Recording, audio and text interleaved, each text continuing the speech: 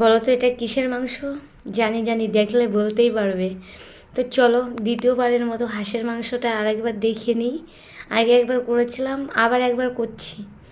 তো দেখো আলুটাকে আবার ভাজছি, লাল লাল করে ভেজে তুলে নেওয়ার পরে তেলটা গরম করে মশলা দিব, ভালো করে ফোড়ন দিয়ে নেব, দিয়ে মশলা দিয়ে কষে নেওয়ার পরে মাংস ছাড়বো। তো বলো আমার রান্নাগুলো কেমন হয়, ভালো হলে কমেন্টে জানিও কিন্তু। তো দেখো মাংসগুলো কষাচ্ছি, লবণ হলুদটাও দিয়ে দিচ্ছি।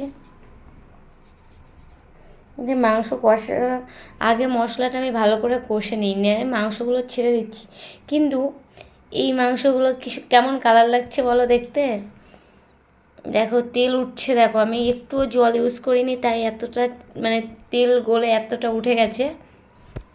তো এরপরে আমি আলুটা আগে দিয়ে দিয়েছি, আর আলুটা দেওয়ার জন্য আমি লাস্টে কিন্তু আলুটা ঠিকঠাক পাইনি, যেহেতু হাঁসের মাংসের জল বেশি দিতে হয়।